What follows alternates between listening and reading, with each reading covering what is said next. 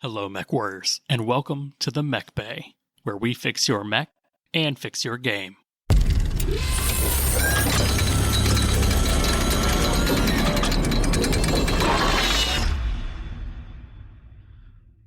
What's going on, Mechwarriors? I'm your host, Josh, and today I've got with me my co-host, Denham, in the Rumble seat.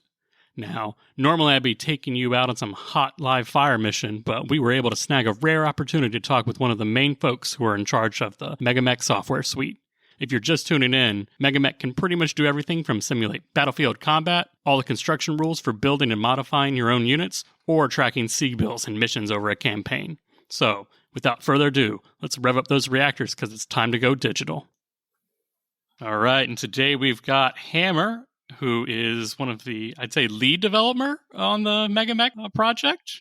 We don't really have a lead developer. What I would probably say is I'm the oldest standing developer. Technically, I'm the data guy, the release engineer, and I handle the majority of the social media. But we don't really have a lead developer. We're kind of a collective.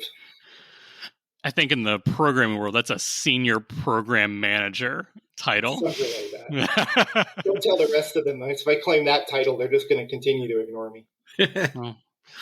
But yeah, so like I said, we've got Dave with MegaMek on today, and we just wanted to ask a couple questions about you, essentially the basic history of MegaMek and its use in like the BattleTech tabletop universe, and just a little bit about what you do, because I want to say almost every BattleTech person has a passing knowledge of what MegaMek is and what it does and what they can use it for. But what's really like going on behind the curtain? Who's the wizard, essentially? I'd say the wizard. We've got a team of wizards. There's the current development team that's active as of today is, as I mentioned, I look after the data stuff. We have, I'd say we have 3 active programmers mostly. We have Windchild. His passion is anything personnel and works predominantly on MekHQ. He's also doing a lot of work modernizing our software because we got a 20-year-old code base and it really does need to be updated, and it's important work, but he's taken that on. We have Nicaragua. He is the bot whisperer. He is the master of Against the Bot, StratCon, but he's the one over the years that's gradually trained Princess up from being a marginal bot to the kind of the cunning gal she is today. We also have Juliez, and he is our UI guy. All the graphical improvements you've seen in MegaMek in probably the last 4 or 5 years, almost all of those are his. He is currently noticed that MekLab is in need of graphical improvements, and he's been working on those. And there's if you haven't seen anything in the development cycle from our 4.8 release to the 4.9X releases, our development, the graphical changes are staggering in the 2 programs. And then, let's see, we've got, so it's Windchild, Nick, Juliez. Then we have some contributors, like we have a range of contributors. We have a couple of devs right now that are on, kind of on sabbatical. They're taking a break from the project. There is Neo Ancient, who's done a huge amount of work on MekLab. He was the one that's made MekLab in the last few years to be able to build everything, and he's also done a huge amount of implementation. He implemented LAMs, which is why he will forever hold a place in my heart. And then we have Watford, who's he's done a lot of work around the refits and fixing and improving things in there. So that's kind of the current dev team. It really does flex because we're all volunteers. No, that's awesome. Yeah, and yay for Princess, because I remember years ago when Princess was not, it was like a placeholder player, and now it's, it's acceptable. It's exactly. Yeah. It's doing much better. She's a whole nother part of the team. She is. She is, which is pretty funny given the fact she actually started as a guy's college project, as a college coding project to do that. We implemented her to replace TestBot because he was old, cranky, and problematic. And then, when she first came out, her claim to fame was she was fast. Like she could really think and process quickly. And over the time, Nick has really done a lot to improve her. Like On our Discord, when people talk about Princess, there's the scene in Jurassic Park where the guy's hunting the raptors. Clever girl. Good girl. That's Princess.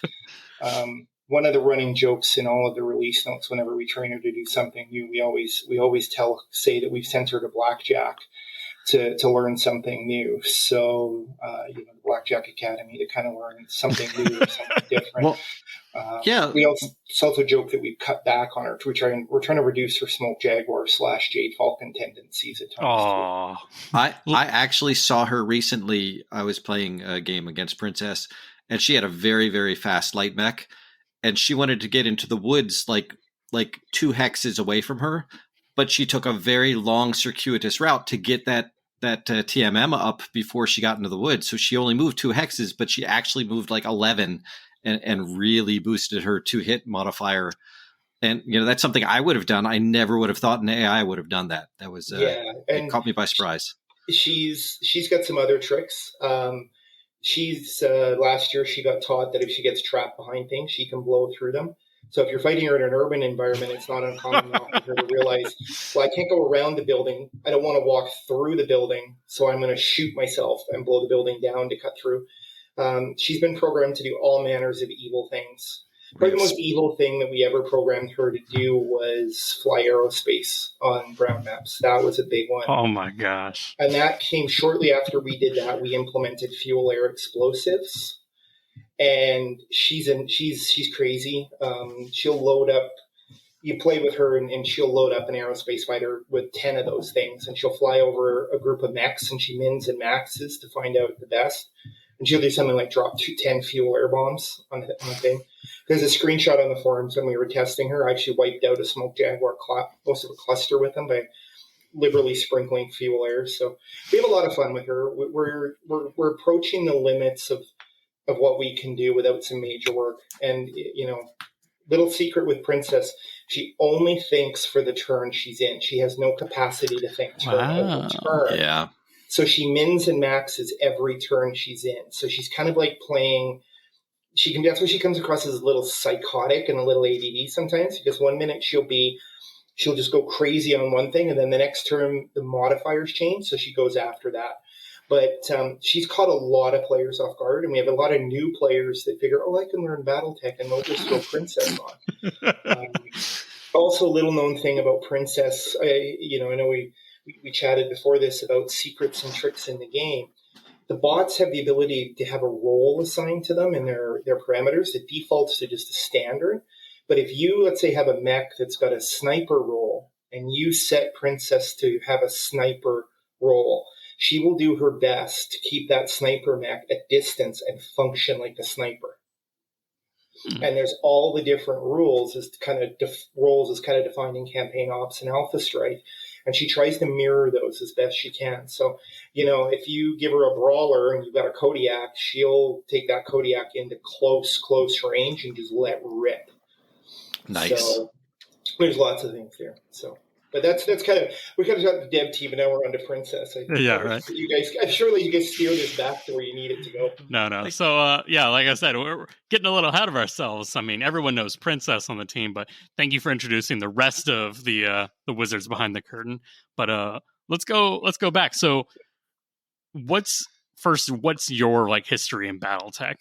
We're tabletop wargamers, but to see someone who's more focused on the computer technological side, what's your background into the universe? To be honest with you, I got started with tabletop. I will always remember it was 1986. I was in high school. I went over, a friend called me over and said, you got to come play this game. I went over there, and he had a copy of the original Battle Droid set. And we played 3 games. Each one was Crusader versus Warhammer. I played the Crusader, and each time I got my head absolutely thoroughly handed to me. But I was obsessed. I was absolutely addicted to the game.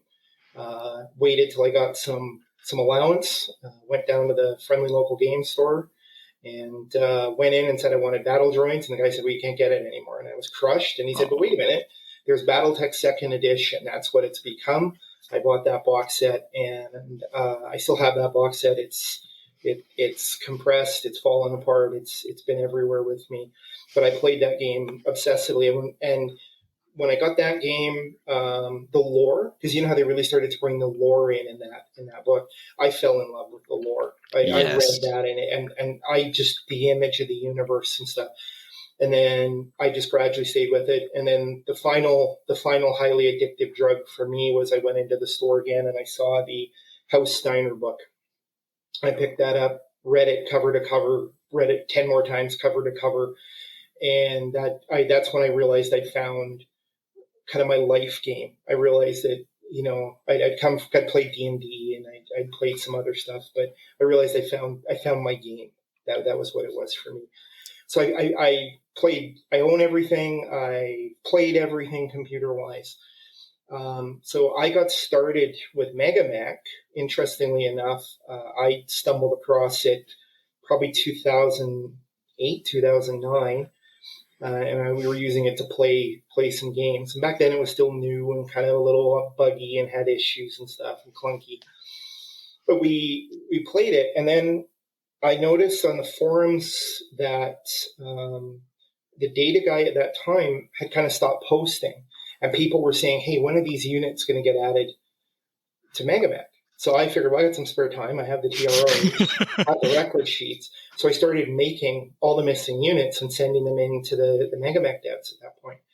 And then fast forward to when I joined, when I joined up in 2013, I remember I'd sent my next set of units to the dev at that time. And then I said, I'm also helping code. I'm helping send patches in for tech progression because I was still not a coder. I'm a big computer geek for video games. But yeah. And then the existing developer at that time said to me, he says, do you want to be the data guy? And I said, yeah. Do you volunteer as tribute? Yeah, pretty much.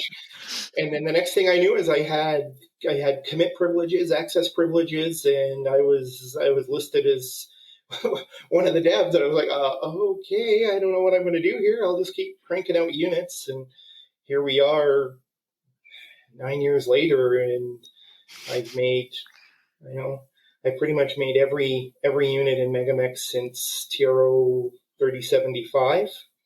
So you're the one holding on to all the Ill Clan mechs, waiting for them to come out. They are done. In fact, actually, the Ill Clan rec guides up to 24 will be in our next release. Yes. I'm going to let you guys in on a cryptic hint on that in a little bit.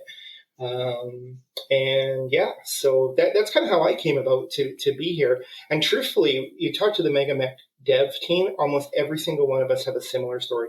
Started with tabletop, fell in love with the game, realized I could help out, and got into the team that way. No, that sounds awesome. I mean, just kind of like falling in almost naturally, I would say. Very much so. And I wouldn't even say it was right place, right time. Even to this day, we're always looking for people that are willing to help out with the projects. So, like I said, we're kind of like, I don't want to say professional BattleTech people, but for the people that don't know, how would you describe MegaMek? Like, I know how I would describe it, but I want to hear it from the horse's mouth. What's the racetrack like? The hell's horse's mouth. The horse's mouth. MegaMek is, so there's a suite, right? Everybody should probably clarify. So MegaMek is a suite of programs. It's 3 programs: MegaMek, MekLab, and MekHQ. MegaMek was actually founded by a coder by the name of Ben Mazur and 3 other developers. He started coding it in February of 2001. And on February 18th, 2002, he put it up on SourceForge as open source public software. He started it because he wanted a way to play BattleTech with friends that had moved away and other games that he wanted to do with it. So MegaMek is effectively a program that allows players to play the BattleTech board game.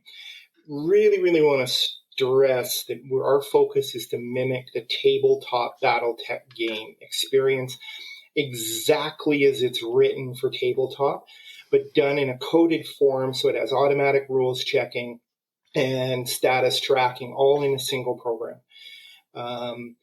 To the best of our knowledge, it is the most successful adaptation of pure tabletop BattleTech that we know of.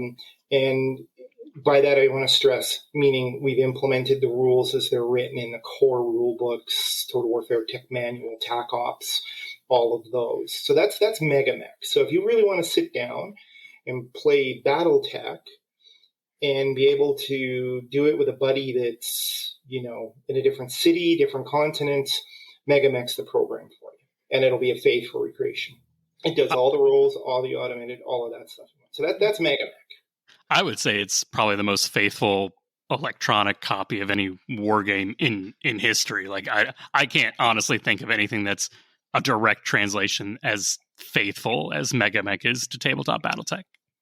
Yeah, and that's our passion, and that's our core. That every developer since its inception has maintained that core belief and core philosophy, and that's within MegaMek. Which then takes us into the second program of the suite, which is MekLab. The lab, or MML as we call it, just to confuse people with multiple missile launchers. It actually kind of started work in 2008, and it started as the builder program. Because, let's be honest, if you're going to get into BattleTech, it is not long before you start saying, why the hell am I carrying all these machine guns when I can switch them out with something, insert weapon here or insert piece of equipment there. So MekLab started as a tool to be able to write programs for people to do their custom mechs. It has developed and grown to the point now where it can build and print pretty much every single unit type that BattleTech can play. Everything from mechs right the way up to support vehicles, the whole thing. One of our proudest things as a team that we are incredibly proud of is Catalyst uses MekLab to produce the official record sheets for all the products, and we are unbelievably proud and honored to be the tool that they use, and that's kind of MekLab's big claim to fame. And then there is the program that is our playground, and it is MekHQ. MekHQ actually started as a different program in 2009. That developer kind of left the code. One of our developers, Taharka, who comes and goes, he shows up, does stuff for 3 months, and then disappears for a year. It's awesome. But the 3 months he's there, it's crazy the stuff he pumps out. So he wanted to create a program to help build campaigns, like to really make the campaign playable. Because if you're beating up each other on mechs, it's just a matter of time before you grow an attachment to the guy who's successfully delivered 3 headshots. And you want to keep him alive and build a unit around him. And that's where MekHQ became. I don't want to say it's a game. MekHQ is very much a campaign and unit management program. But it is home to Against the Bot, and it is home to the new StratCon, which is the next generation Against the Bot. And those two programs of Against the Bot and MekHQ really were game changers for MegaMek when they came online, because Against the Bot is a solo campaign system. It literally, you can make a mercenary unit, make your own company, take contracts. You have to keep the mechs going, manage the finance, hire and fire, recruit Mechwarriors. It does a little bit of everything. The learning curve is vertical. I'm not going to lie. Documentation with the MegaMek suite. There's lots of videos out there, though, and we've got a Discord where people will always come in and ask questions. We're always there to help. But those are the kind of the 3 programs of the whole suite. So I think I've kind of given you the big broad strokes there on the three programs and how it works. But one little cryptic comment there is that date of February 18th, 2002, when things officially popped up open source and it became available for mass download. If you think about it, it's a date that's coming up and has some significance, and there may or may not be something happening in the MegaMek world that might conveniently coincide with the 20 years. Oh boy, oh boy, oh boy. So there might be a release coming, and a release that will feature some special 20th anniversary stuff in there. Oh man, I can't hint at that. I mean, that's out of your mouth. So hey. It's all good. You guys feel like you want to put the hint out there and stuff. It's all good. We're wrapping up some final stuff. It'll be development. It won't be a stable release, but it'll be a development release. But it'll be 20 years. And that's an interesting way to look at the 20 years. 20 years of MegaMek. Because I'm like you, I started in 86. Like I still have the dice from the original box set that I got in 86 in the rest of my BattleTech dice, the red and the blue one that it came with. Still have those. Yeah, same. Oh, so MekHQ. Yeah, I know. MekHQ. I saw a funny thing that I was not expecting when I started messing around with it. Like in my unit, 2 of the people got married and had a kid, and I'm like, what? Where did this come from? I didn't do this. It's that like it does everything that a mercenary unit might have. It's crazy. It totally does. We internally joke that MekHQ is The Sims meets campaign ops. But you know what? I think one of the things I love about BattleTech and FASA and FanPro and Catalyst have done an amazing job with this. The universe tells great stories. The people in the universe are compelling. Whether you love them or hate them, they're compelling. And MekHQ does that. It does. And as we've realized over the years, people started telling us with MekHQ, hey, we want this or we want that.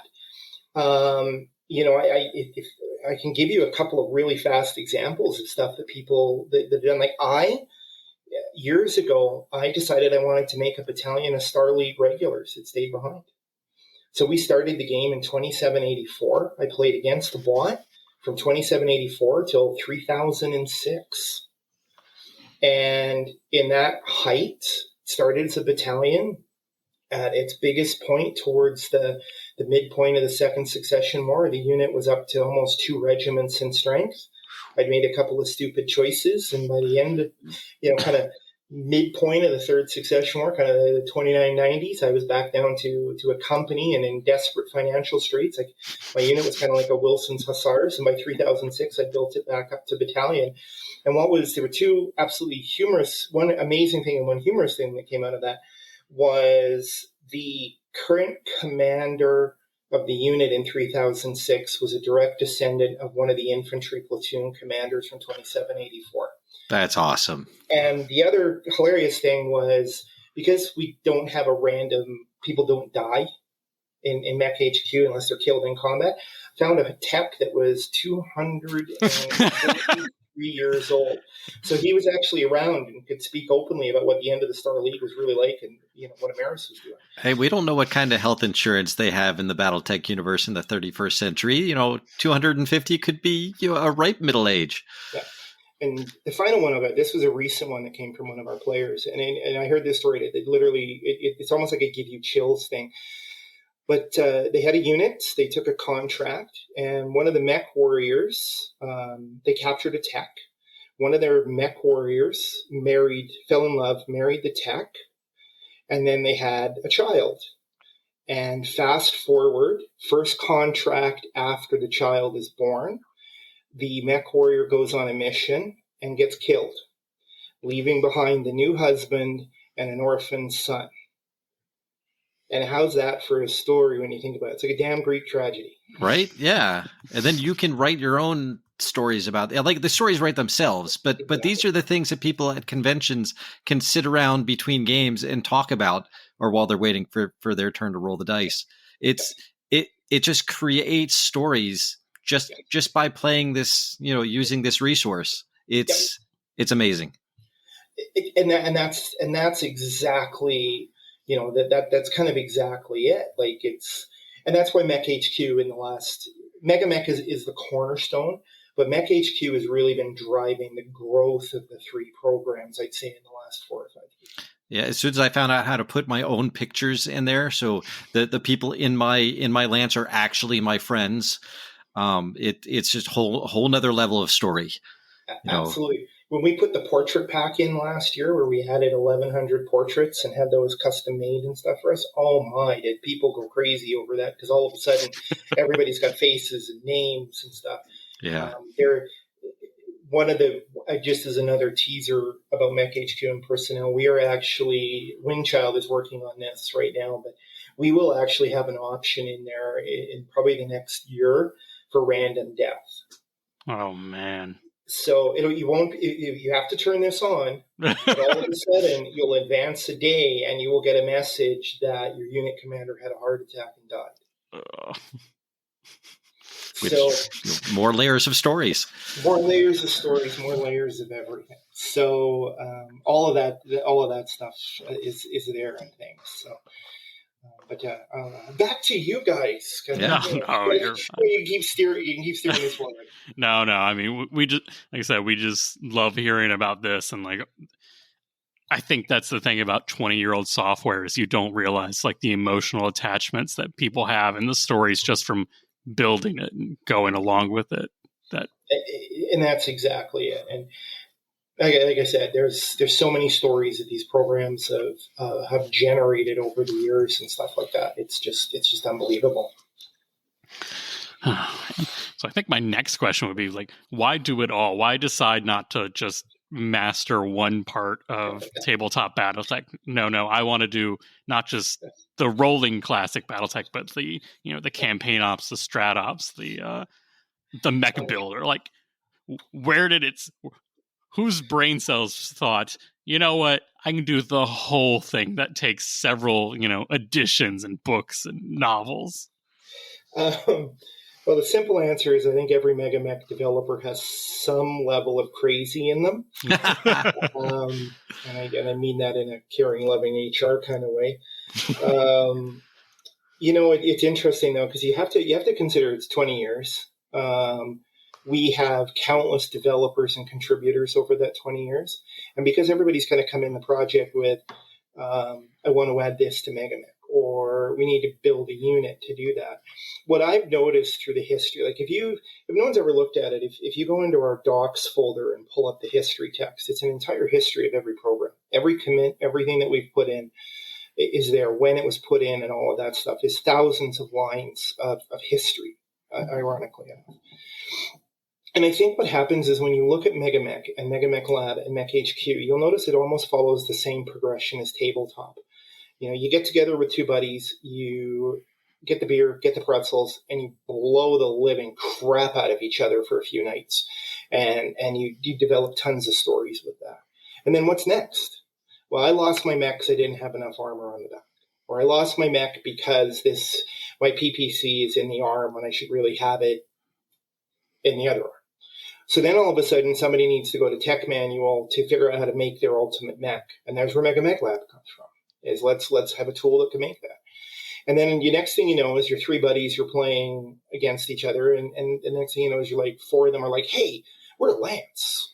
And we've beat the DM player to death so many times. We're a unit. We're going to be a unit. I'm the Black Moon Lance of, the first Special Operations Group or whatever you want to call yourself. And there's MekHQ. And I think that's kind of how the programs have evolved and progressed, is players have come to the developers and said, this would be cool. We've had developers go, I want to have this in my game, and I have the skills to code it. So to me, the three programs really do kind of follow the same logical progression that the tabletop game has. And then toss that over 20 years, toss that over countless developers, and that's how you end up with where we're at. And, did I mention that we're all still kind of crazy? A little bit nuts? Yeah. The other thing, too, that has really driven stuff with the programs is we can do stuff in MegaMek that you would never, ever, ever think of turning on or doing tabletop. Like, you want to play double blind with full weather using full experimental rule sets with mines on the table, aerospace, and offboard artillery. You want to play that tabletop, you're going to do one round, and then you're really going to be like, wow, is this worth it? Where MegaMek, you turn all of those things on, and that's a 4-hour game. And you're like, that was intense. And that's the thing, right? One of my closest friends says it to me all the time, and I said, do you want to play BattleTech? He says, no, I don't want to play BattleTech. I want to play MegaMek. He says, I want to turn everything on, and I want to actually be able to play and get the game done tonight. And that's what a lot of it is. And the other thing, too, we have a lot of players that talk about the programs and how it's got it into the software, too, is that need to play.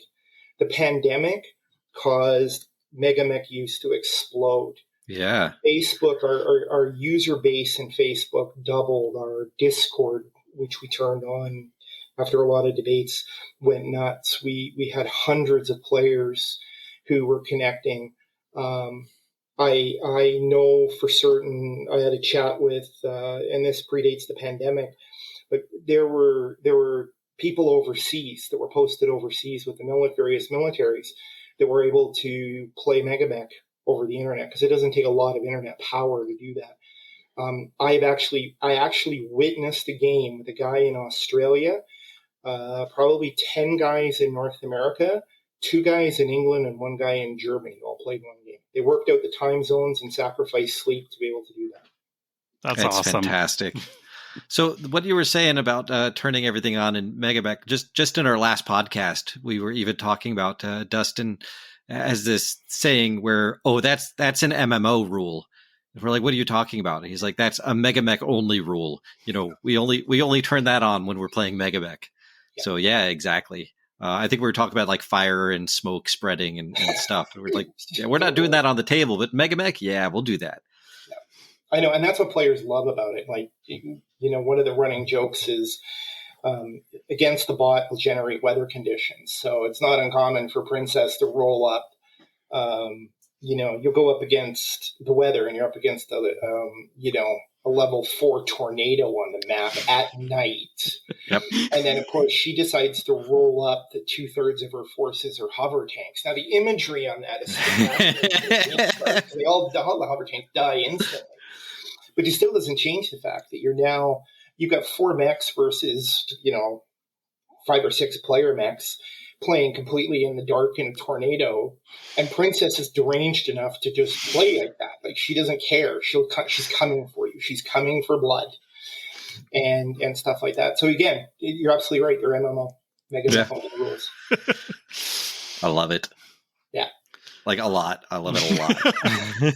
We hear it all of the time. It's one of the biggest things we hear people say and stuff like that. Like, it's just absolutely crazy. But when you put all 3 programs together, and why did we do it, and why do we keep doing it? It's honestly because it's our passion for the game. It's our passion for the universe.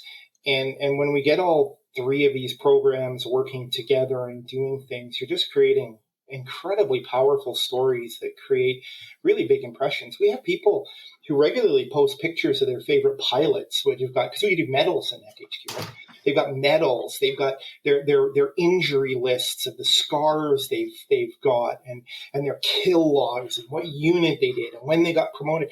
These players and these digital characters become real in a lot of ways, and it's that immersion that drives it. It's one of Windchild's biggest passions is to keep driving that and make this good. And then on the flip side, you got Nicaragua, who keeps trying to make Princess as ruthless as can be, but eventually you'll get KIA on the bottom of that person, and then you're hurt. So I know it's a chills thing, right? But yeah. Now I know like who's named a curse when all of my favorite pilots are like mercilessly stomped into the ground. Well, he's worked hard, but there was a while there that if you ejected, we hear it all the time. Well, there were like 6 mechs that were still up and firing, and my pilot ejected, and Princess had 12 of her mechs open fire on the one pilot. Yep. That's what we say. That's as close to Princess strategy as you're going to get. Because if that pilot's dead, he's not going to come back in the next battle. So, but it's more to do with the fact that she's just ruthless. Yeah. She's living in the moment is what we like to call her. To picture a really angry cartoon princess, that's kind of what you're dealing with. Oh man. Yeah. I've played with Windchild before in a MegaMek game. And yeah, he's definitely all about the campaign operations side of it. I learned a lot from that. Yeah, absolutely. And like I said, we all have our passion. As I like to say, if it wasn't for me, you wouldn't have the newest toys to play with unless you made them yourself. And I have to give one shout out I need to give. He's not on the dev team, but without him, MegaMek would not look the way it looks, and that's Dead Border. Dead Border has made every single unit sprite for ground units, battle armor, protomechs, tanks.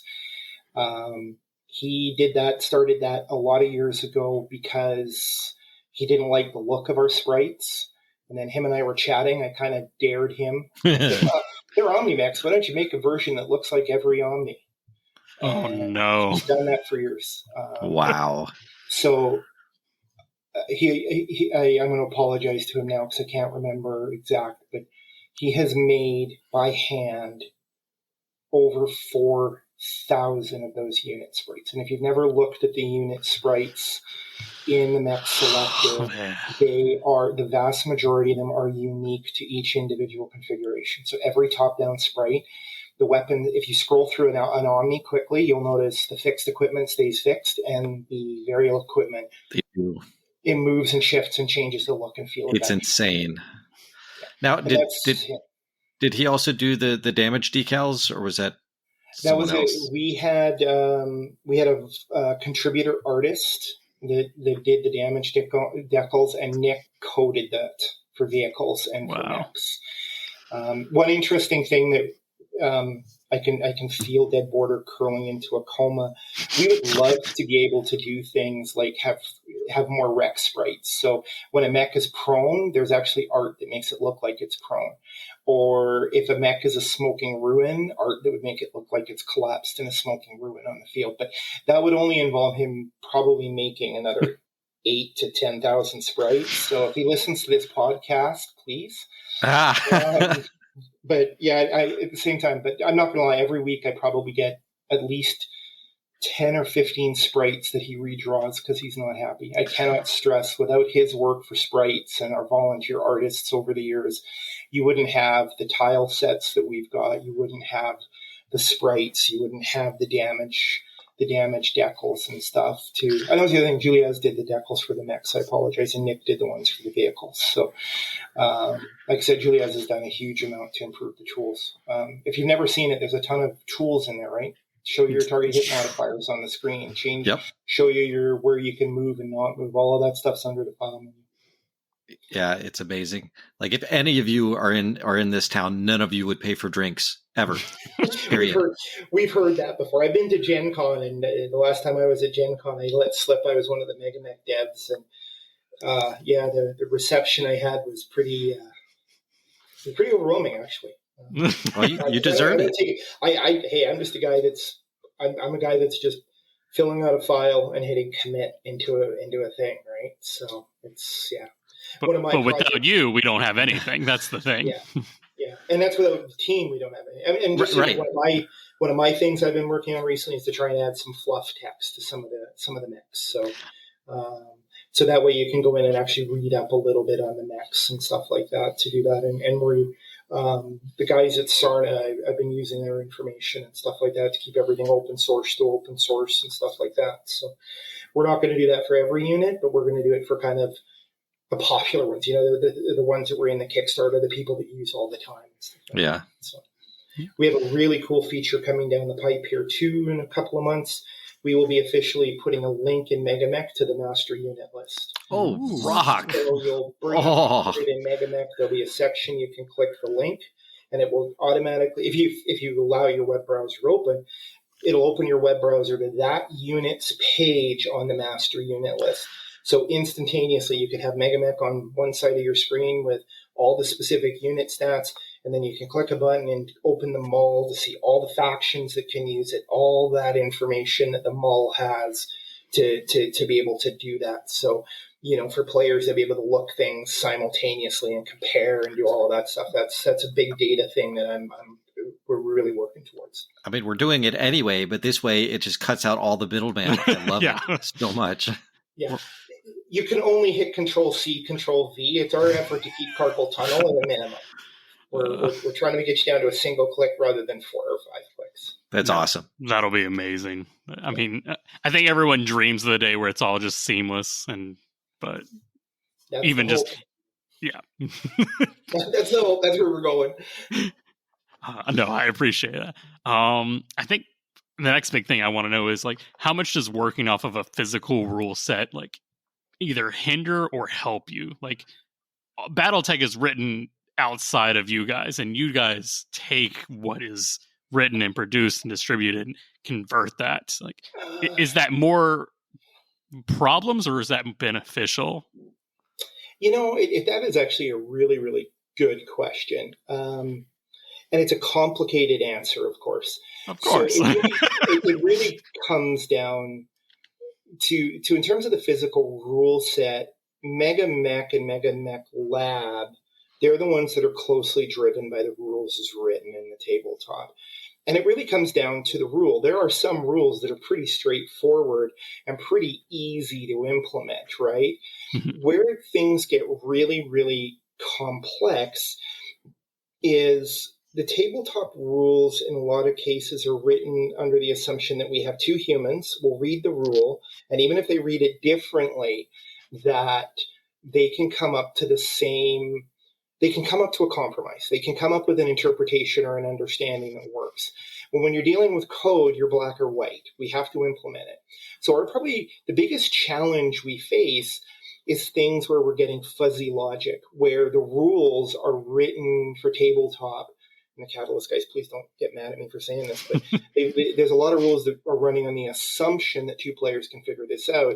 So when we come with a rules query or a rules request or really want to get a clarification, and we get some kind of fluffy answer back, it's kind of like, okay, appreciate the fluffy answer, but how does this work? We need steps. It's the difference between rules as written and rules as interpreted, and you guys have to make that call.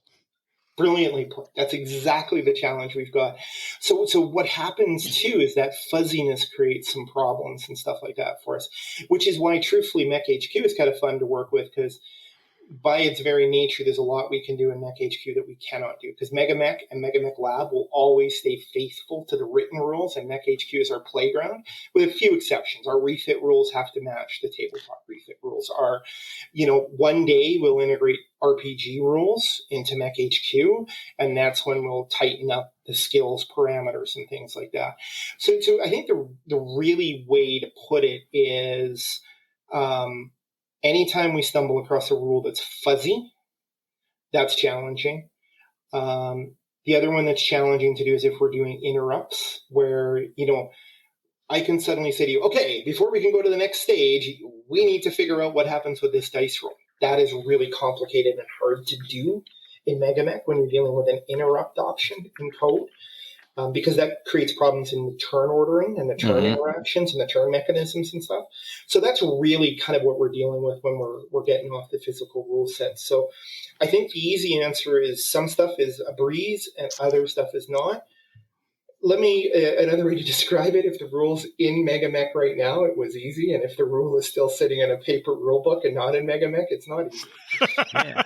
So I was going to ask this question later but this is kind of a good time, I think, to put it in there, because you talked about possibly integrating like RPG rules into MekHQ and everything. How difficult or legal or not would it be to put in like a DM mode for people doing campaigns where they can say, well, this wouldn't normally be able to happen, but, or, the main enemy mech comes out and he automatically shoots your arm off with a targeted shot, which, you can't just do in MegaMek, but in the story, it might be important. Is there an idea or is that something that cannot be implemented into MegaMek? You mean like implementing like a God mode, like anything I want, I can make happen. Yeah. God mode, DM mode, yeah, exactly. Somebody once said to me in my real job, we can do anything with code. It's just, why would we do this in code, or or more importantly, how many things are we going to break when we implement this in code? And when we're talking about MegaMek with the age of the code base and stuff like that, that's the real challenge. Like, the real challenge is what do we break to implement stuff? So I never want to say never, because MegaMek's 20 years old.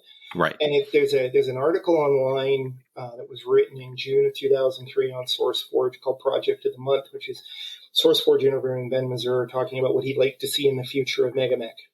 And it's pretty hilarious to read the article with the benefit of 18, 19 years. So we would love to do something like that. It's a very common request, but at this point, I don't see it being in the cards for a while. What most players have started to do is a lot of honor system. Like we see a lot of players with honor system. Okay, your right arm got blown off, so you can't use any weapons in the right arm. But unfortunately, that right arm is still there for the purpose of taking hits and damage and stuff. So I'd love to be able to say it's a surprise coming, but it's very, very complicated and not something that's super easy. And because of the complexity needed to put that in, we don't want to do something that's going to break it. We do that every dev cycle. We put something in, it's cool. So we release it on a Saturday, and the next thing you know, on Monday, I'm taking time off of work to redo a new release because we have to put a rush bug fix out. So we're trying not to do that, but that's the curse of dev releases. Yep. Okay. Well, that's cool. I wish I could give you better news, but I assumed that was the I assumed that was the answer, but had to ask just in case. The DM guy in the interview has to ask the DM question. All good. Trust me, there's been plenty of times I've been playing with my friends. I wanted that ability to hit a button and blow their head off. So that's why we play with our friends, because we secretly want to blow their heads off when we get a chance. Douse to the head is worth at least 3 conversations at McDonald's. Right? While we're kind of there, like I'll kind of tack on that one. What's like the weirdest rules interaction you've had to like deal with in MegaMek? I know. It's like because we can think that a tabletop where we have to open up 4 books to cross-reference to find what is the actual like trying to get to the specific wording, but for MegaMek, you have to, like you said, black and white. Yeah. So we've had some fun ones over the years. One of the ones we had was, and some of these are a combination of bugs / rule interactions. We did have a rule where if you were playing with TAC Ops Rapid Fire, you would roll a 2, which would result, of course, in the round detonating. But this would then trigger the auto-eject system unless you turn that off. But the target number for the attack was also a 2 for whatever reason. So the attack still hit, scored a kill. So it's like I shot him so hard my ejection seat fired. It's kind of the scenario. Yeah, we know it's a bug, but there's some fun stuff in there. Other ones that we've had, we always get crazy interactions with buildings, but that's a whole podcast to itself. Or another one, if you have the hull down rules on, and what would happen is the Mechwarrior would do a partial fail on a piloting skill roll on entering water, which would trip the mech to going into hull down on the water surface. So you have to picture a mech kneeling on the water surface with no way to move or get out of it. But the good news was if you got shot and hit hard enough that it blew you over, the mech would instantly sink to the bottom of the water, which would then allow you to make a roll to stand to get up. So there was that. Skidding, oh my word. Between the skidding code, the rules for skidding are crazy. The code for skidding is crazy. And we've had ridiculous stuff over the years with skidding. We've had stuff skid through buildings, skid into a basement and out the other side. We've had buildings skid and then the unit lands on top of the building with a skid, which if you can imagine that being like a 10-story building, that is one hell of a skid. Yeah. And, in terms of what we're talking about tabletop rules plus weird interactions, let's not talk about the weather rules. The weather rules in Battletech, I'm Canadian. That's my national plug I'll put in there. And I hate to say it, but the winter rules for Battletech were clearly written by people that live in Florida, Arizona, Texas. They get 2 centimeters of snow and it hits 0 and all of a sudden they think it's apocalyptic. I can assure you that -40 people don't instantly die in 10 seconds. And they feel like I live in North Carolina, and I'm going to say you're not going to be able to convince half the people in this state that's true. As soon as it gets down to like 30 degrees, they are convinced they're going to die. And they drive like it. It's like the accidents go up like 300%. It's crazy. Yeah. But I got to go to the flip side. You take a Canadian anywhere down to where it's 90% humidity and it's 110 degrees. You'll notice we turn into small piled. Well, then they're like the jungle rules don't make sense. It needs to be way harder. that's gonna be like you're gonna have heat exhaustion in 10 seconds. But yeah, those are some of the things. But I think I'm gonna put a plug in for the Catalyst rules team here. Those guys have an incredible job to juggle and balance all of these rules to make them work. And we keep stumbling across edge cases. And I got to give those guys credit. When we come to them with edge cases, they're always able to work through the problem. I'm not going to lie. There's certain times we don't like the errata or we don't like the answer. But they do a great job of clarifying those edge cases, which in turn lets us come back around and start implementing them into MegaMek. And then that makes it really, really good. Like it keeps the programs alive, keeps the programs going. If we had more coders, we would definitely be up to date with errata, because unfortunately that's an area where we can only code so fast, and errata comes out so often and changes and stuff. But those are some of the weird rules. But at the same time, as we find them, we like to think by putting them back into the rules team and then clarifying and fixing them makes BattleTech a better game. When we do that, it's how we feel. We get back to Catalyst and the tabletop community. Definitely. So, what exactly is like your relationship with Catalyst? Like, from an outside perspective, it's almost like competing, but in a whole different racetrack. So, and that's I think that's a really, really fair question. I think in a nutshell, I would say that we have a great relationship with Catalyst. We work. Somebody on the forums once described us as, and this is kind of in reference to MegaMek, we're kind of like Word, right? BattleTech novels are written in Word and then put into the various programs that produce them. So we're kind of like that. We're a tool. Mm-hmm. But we have a great relationship. Over the years, I have had countless writers, developers, commandos, and freelancers come to us and say they use the programs. I've had at least 2 writers, like novel writers, come to me and say that before they put their novels through the gauntlet of fact check, they'll put stuff into MegaMek just to see if it works. Can I fit this many units in this dropship? Can this mech actually move this far? So we, like I said, we're very close that way. I know that some of the freelancers in MegaMek or tabletop developers, they use MegaMek. Like, it's crazy to see they have MekHQ campaigns going on and stuff.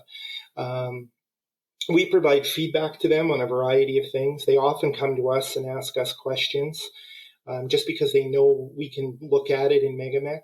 Of course, the source of pride with MekLab being used to produce the official record sheets.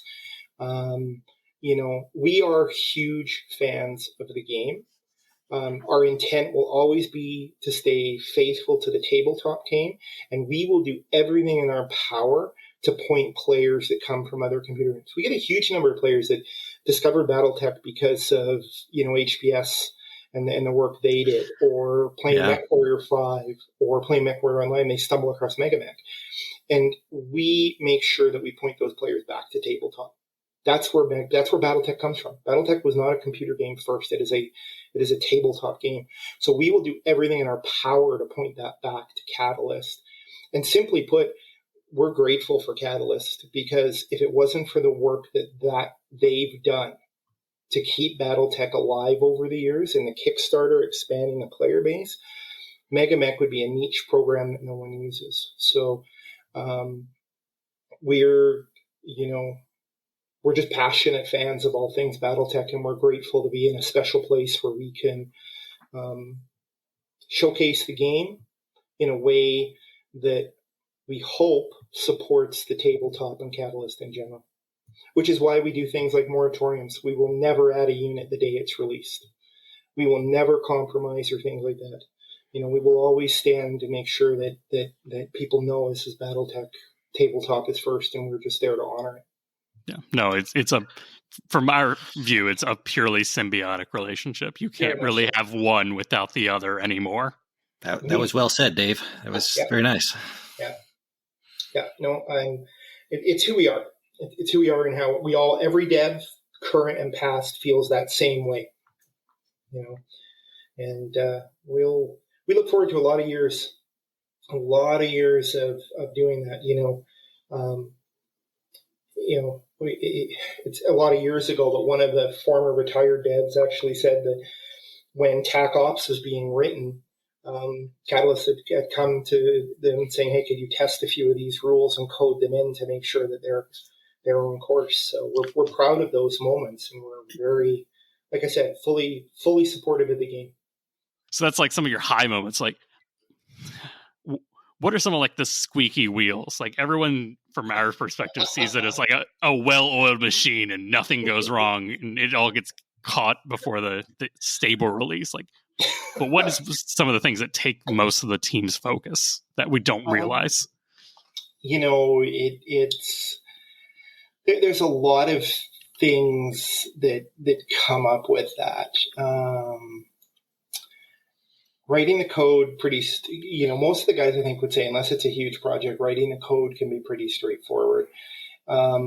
It's testing is a challenge. We don't have enough, there's not a lot of people out there who go and download a nightly build and play and test for us. So there's lots of those kind of squeaky wheel things that will come up as we go through the programs. I'm trying to see if I can think of any good examples of this. In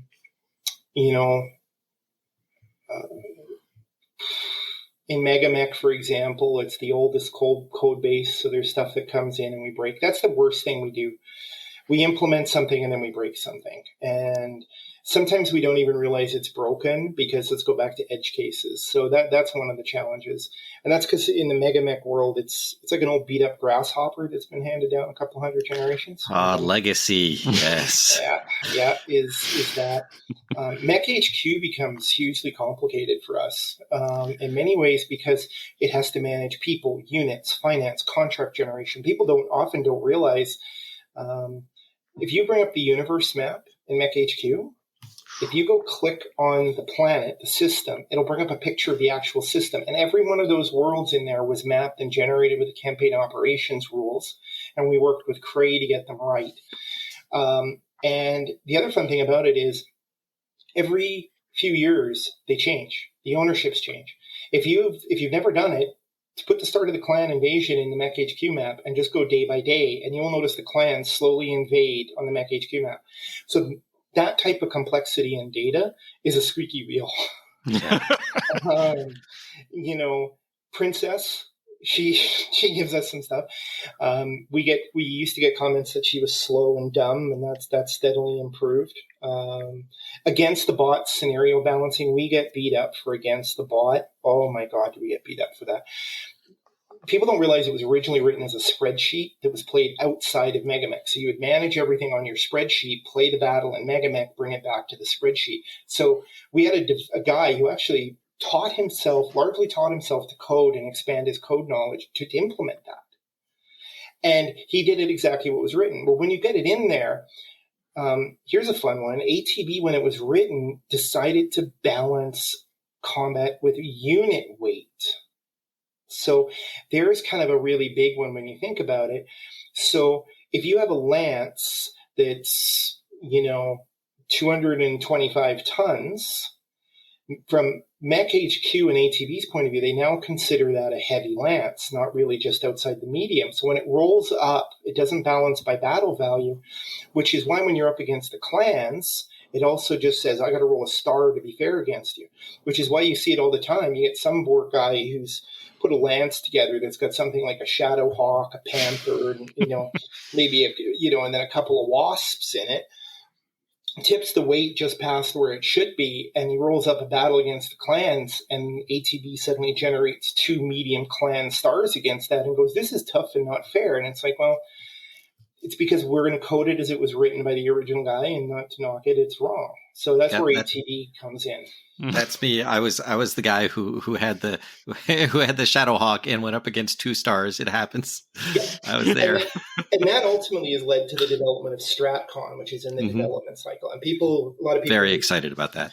StratCon is already taking on an obsession. One of the things I always say to people, if you want to see StratCon, there's Casual Joker who Twitch streams that every Saturday, and it's great to see that. He actually runs a co-op MekHQ StratCon against the bot campaigns. If you ever want to see multiplayer, so it gives you an idea, but that creates complexity. And then the biggest code that we're still struggling with is unit refits in MekHQ. That's a beast. And we don't know if we're ever going to get it fixed because of just how complicated it is to refit a mech. I was about to say that's one of those things was definitely designed for pen and paper and a little fudge. You need a human. Yeah, you need a human's, hand wavium, as I like to call it. Exactly.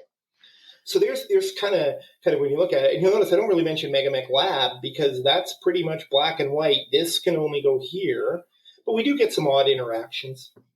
Probably the biggest one that historically with people notice with MekLab is the warship cable, the aerospace cable. They'll build drop ships and they'll try and take the old warships from 3057 and stuff, and they'll try and plug them in and they don't work. Well, yeah, because those of us who had those original books and went through them go, this doesn't math right. That's exactly right. So when we coded it to StratOps, and then we remade all of those ships to match the StratOps rules. So they're one of the few times that we're inspired by canon and not canon for things. So, but there's, honestly, probably it really depends what we're dealing with, and stuff. Each of the programs has their own quirks and personalities and things to it. Like I said, it's a 20-year-old grasshopper, or part of the grasshopper that's been handed down from generation to generation. I love that analogy so much. Oh man. So I'm between. Do I ask if there was like one thing that you could take out of MegaMek, or like just either take out or put in and it just work? Which one it would be? If you had a magical coding wand, it would just do. It would just either delete one thing or it can make one thing. And it would be perfect. As a dev team, we talk about this all the time. We are always talking about this. And the funny thing is, if you put the lens of history on things, you can understand why MegaMek was put into Java originally, right? It was multi-platform, it was open source, and it just made sense to do it that way.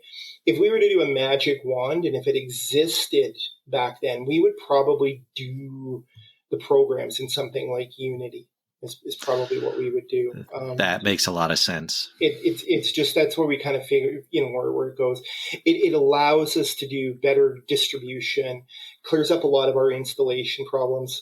Half the installation problems and running problems we have is people that don't have Java installed properly, and that's becoming very complicated because Java 8 is end of life, and we're still using that for our 0.48 stable.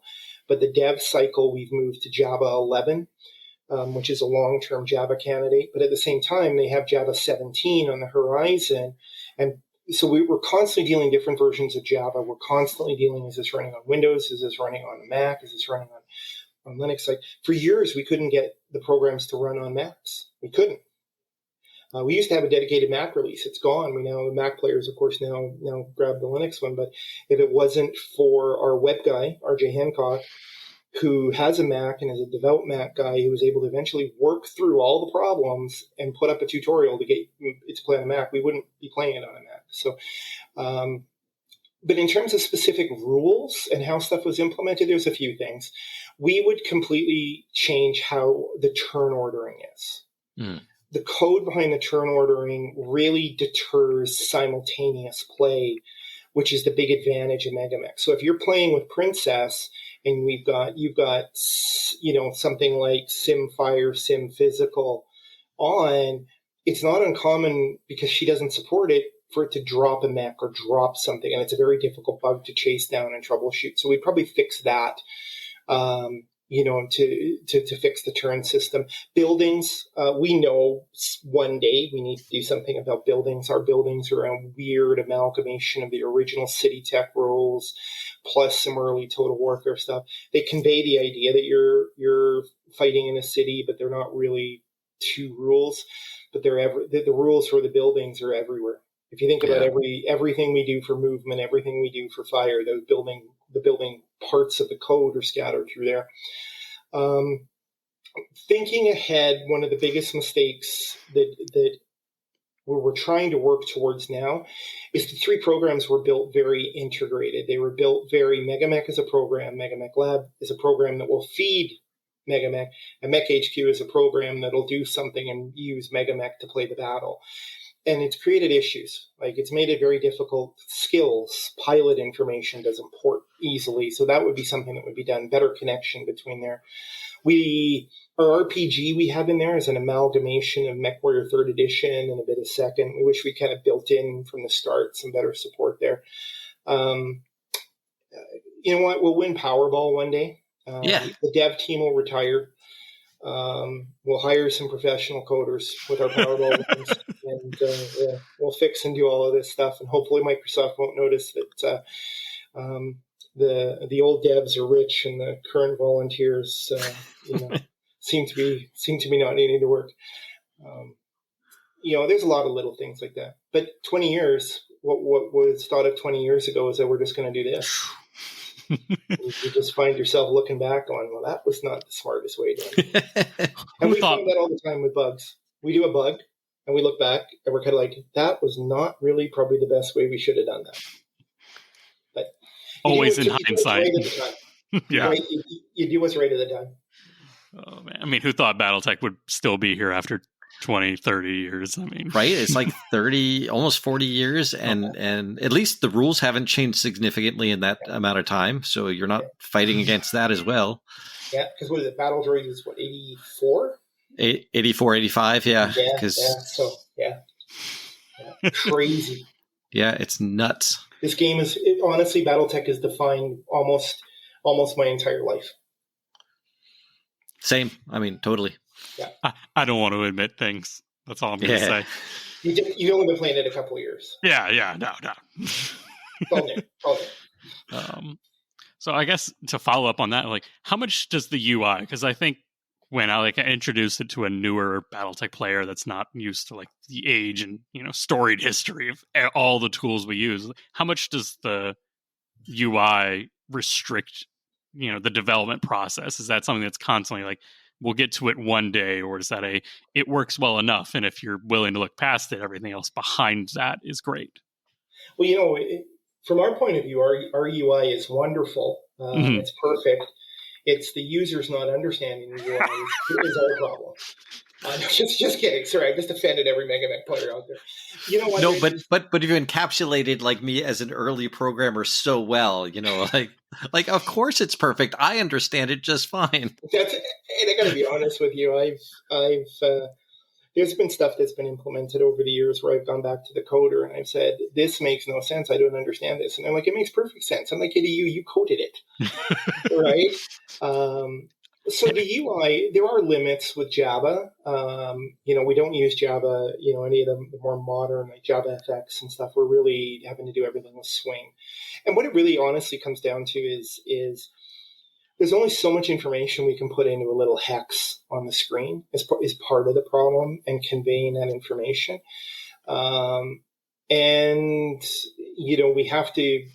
We've got to be conscious of how do we display the information?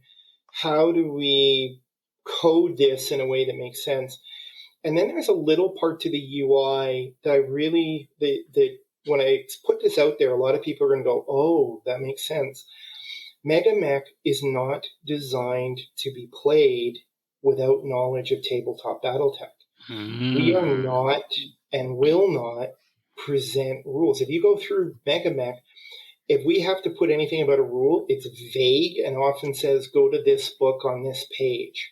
So when you combine the fact that we've got some challenges coding in Java, we've got some challenges with how much information we can display that way, But when you also layer over the fact that we can't explain what's going on, because you have to be in the assumption that you understand tabletop rules.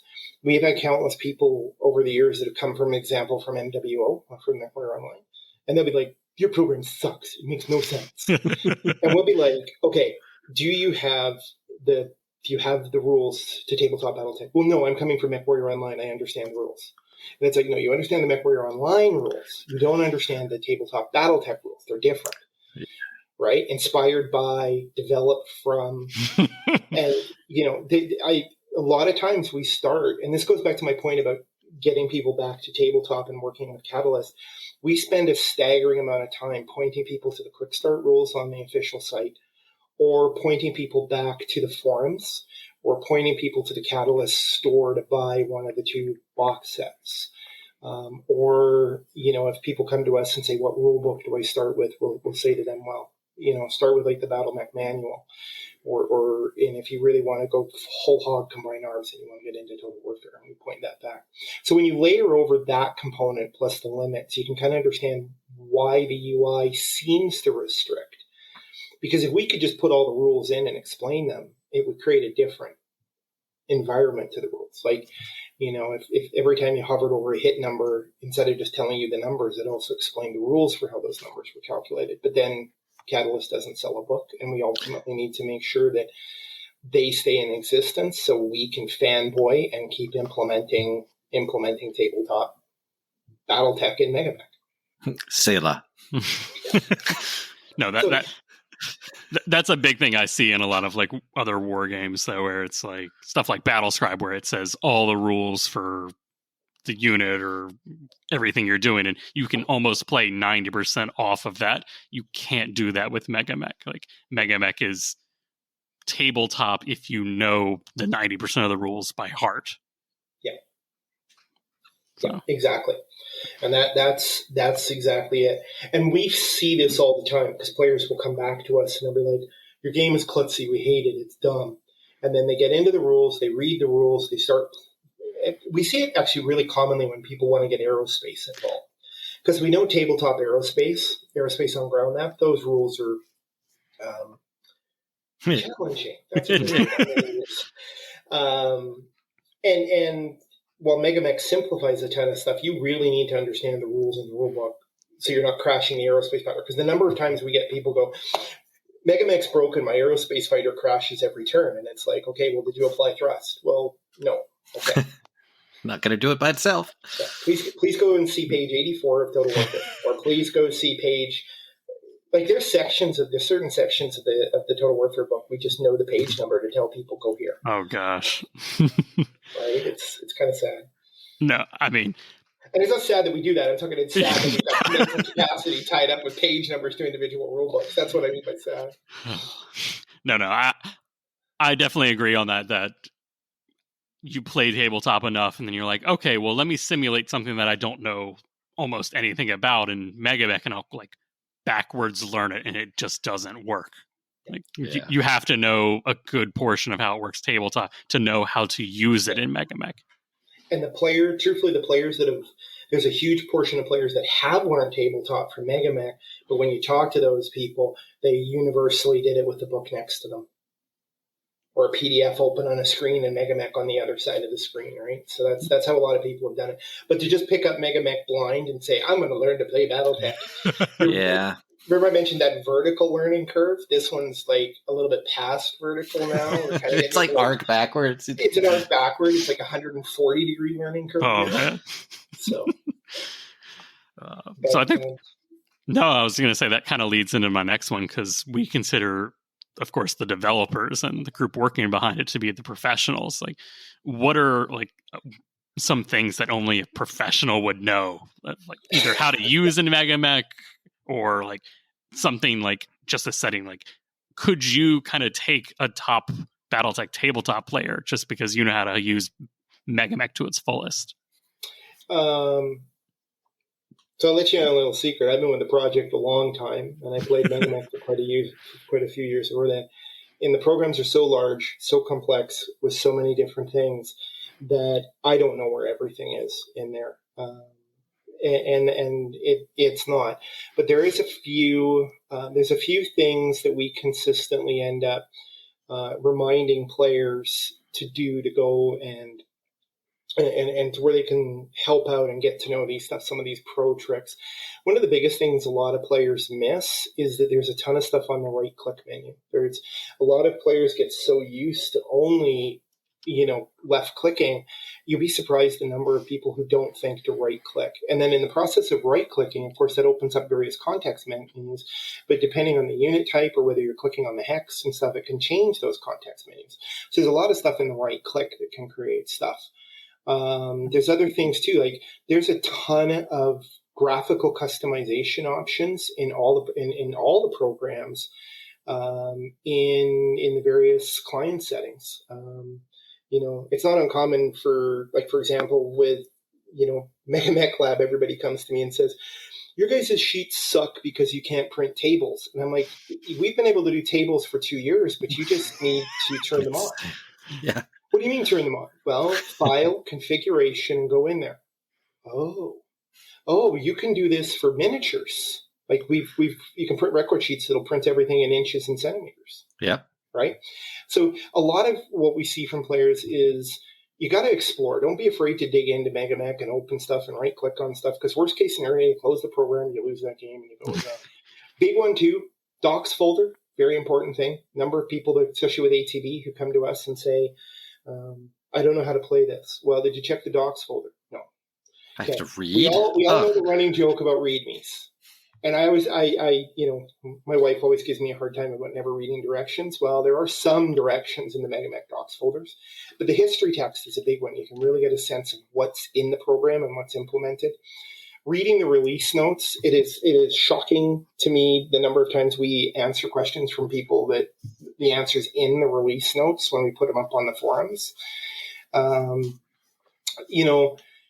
What other things are in there? Some other fun pro tips. A lot of people, they'll plot their movement, realize, oh, that doesn't work. They hit the escape key, wipe out their movement, do it again, and they're like, this is so clumsy. Well, the backspace key removes the last movement. Yep, my mind just by one. Yeah. Yep. So like a little one kind of with that is it when I found out that you could mount elementals before the game starts. Yes. You don't have to do it after the game starts. Yep. Yep. Little things like that. Yep.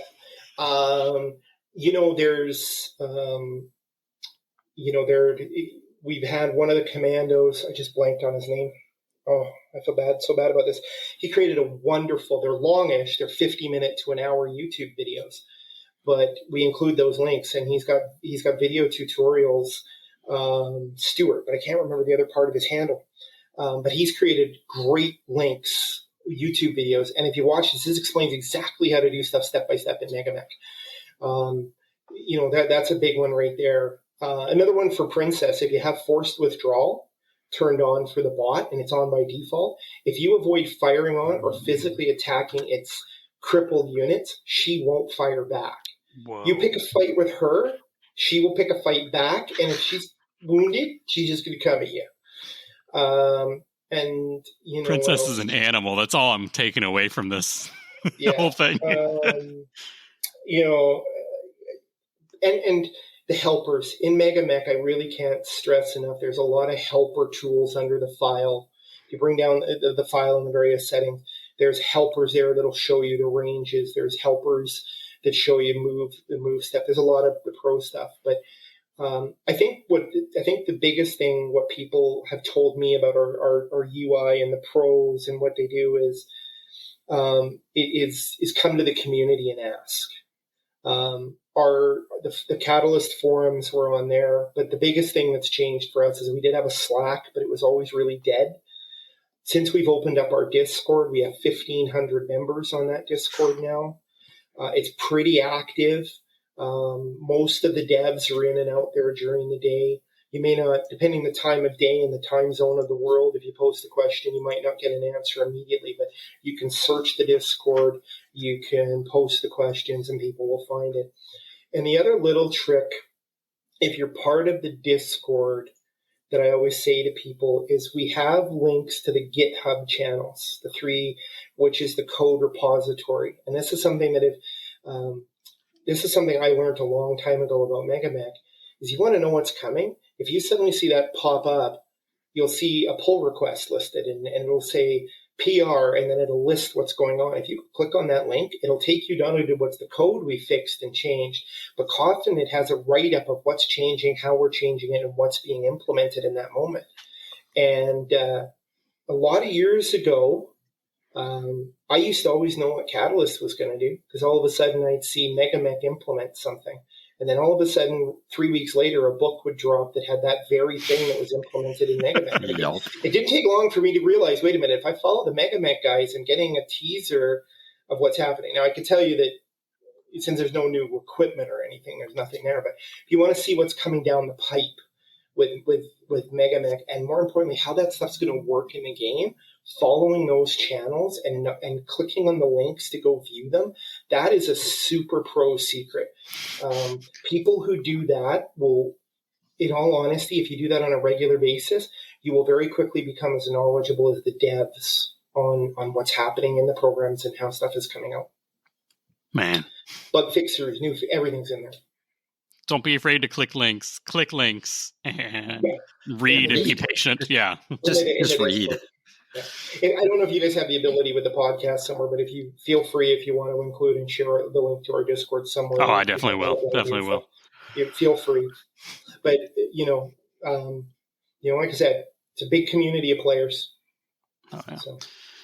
So this definitely goes into the next one. So I know you kind of said you don't want to consider yourself as the head developer, but like, what are some of the biggest challenges like you and the team, is it like a 1-year plan, 5-year plan, like that regard? Like what's kind of like holds up, going from 0.48 to 0.49 to 1.0? The biggest challenges that we face as developers, truthfully, is time. We volunteer. All of the developers have full-time jobs outside of MegaMek. They do this on the side and for fun. Some of the developers have kids and they have the family commitments and stuff like that. So they really, what it comes down to is it's balancing what we want to do with what we can do. And it's not so much in terms of skill, what we can do. We've got incredibly skilled coders. We really do. The guys that do the code, they're amazing, the stuff they put together and how they get that stuff together. I'm in awe of those guys. I'm just here being a mouthpiece and a speaker, but they do amazing work. But really what it comes down to is it's time. We would love to be able to implement this stuff and do that, but sometimes we just don't have time. Sometimes implementing, we joked a couple of years ago, we had a developer who was seriously looking at implementing mobile structures, right? And we had images of having rattlers roll around in MegaMek.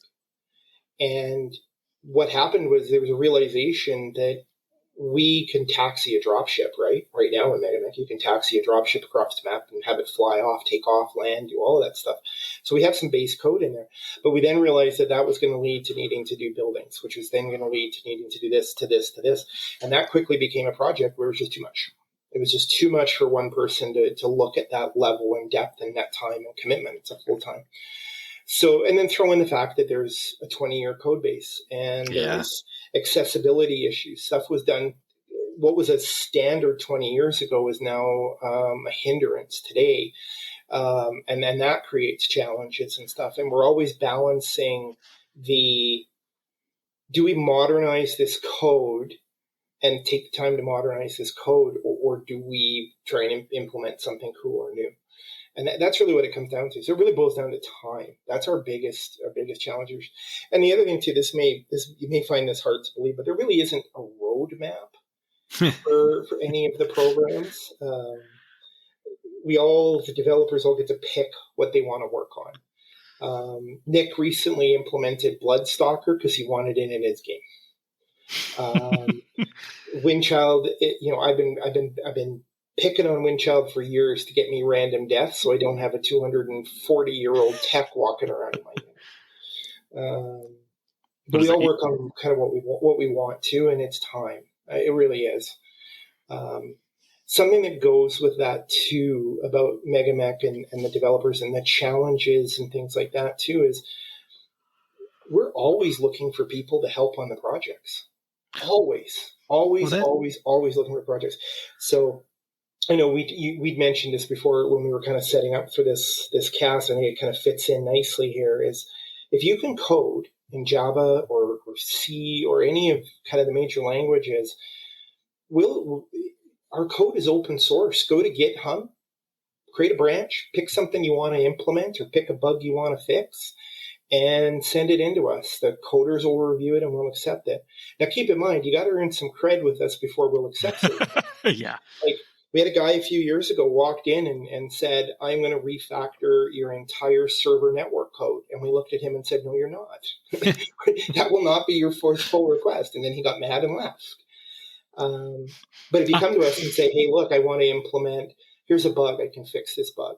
Or here's a simple rule that's missing, I can add. You do 8 or 9 of those. And it's not long before we're willing to start accepting big, huge stuff, because by then we know you've learned the code base. You kind of get a sense of how we work with the community. We're very focused on keeping things official unless it's in MekHQ, but even in MekHQ, we don't want stuff that's ludicrous. Like, we're not going to let an alien module come along. But for our country. Yeah. That's the exception. We may allow those. Chicken people for the win. There's that. Data-wise, I'll tell you right now, we do not need people making unit files for us. We will not accept unofficial units into the program anymore. They've caused too many problems over the years, and I've got a handle on all the new units. I have a bit of an inside track on the units themselves. So we don't need people sending me unit files. But you know what? Data-wise, there's always data projects we need. Like, just a simple one right now, we desperately need people who are willing to mine the books, to look up dates, to be able to help put together a list of planetary changes. Like, on this date, this faction invaded this planet. And if you can put that into an Excel spreadsheet in a predetermined format for us, that's how you can help. You do that for 10, 15 planets, it goes quick. Art. Oh, my word. On the art front, Don't bother sending me mech sprites, battle armor, that. But I'm anybody who's thinks they've got an artistic, I desperately need the sprites made for the dropships, the warships, the space stations. Deadboarder's not a big fan of space stuff, so he really wants to stay focused on the ground units.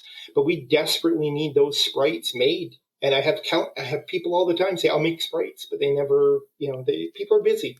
Yeah. And this is going to sound crazy. The single most important thing you can do to help us as developers is play the game. Play it. And when you find That's fair enough. Play it. When you find bugs, learn how to make a bug report, put it up on the tracker and tell us what's going on. That's it. And share it with your friends. Because if you want to know what motivates devs and helps us really go is when we get that feedback, when we hear the story.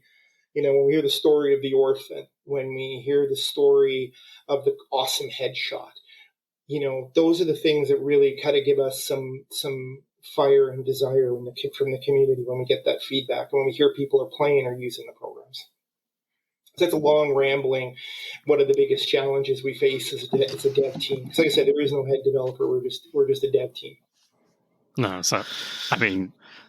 So taking away from that, the biggest things that the community and like other like amateur programmers and coders can do is just start small. Essentially, like don't look at the big problems. We've got a good handle on the big problems, and we're working all to that. But it's the little things that you don't think about or that fall between the cracks. Essentially, that we are living with, but we don't want to. Yep. For example, recently we had a contributor, he hasn't coded in a lot of years, came in and said, oh, you guys, there's a bug up here that we're not doing mask and supercharger right. Well, I'm sure if everybody's seen the new Clan units, they feature superchargers really prominently. They do. So he came in and said, I haven't coded in a bunch of years, so we gave him some input and some advice and some things, and he's written the bug fix for it. And we're not going to bring the bug. We got to wait till we get this release out before we bring it in, but it'll be in a couple of releases down, and we'll finally have mask and superchargers working properly and interacting together. And that's somebody who used to code, came back in, found the games, thought he could help.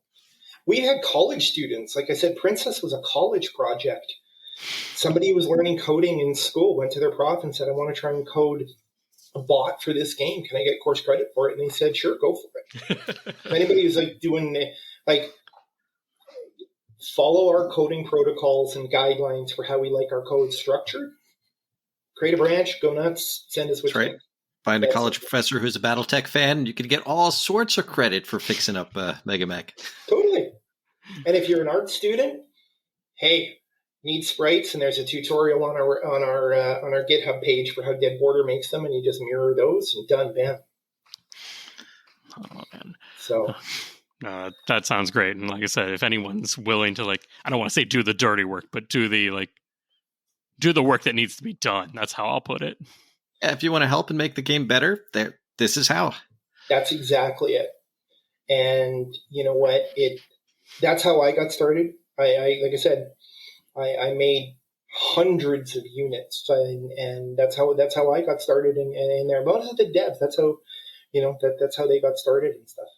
So if you don't think if you love the game and you want to give back, and you don't have to do it regularly, that's something I should probably add there.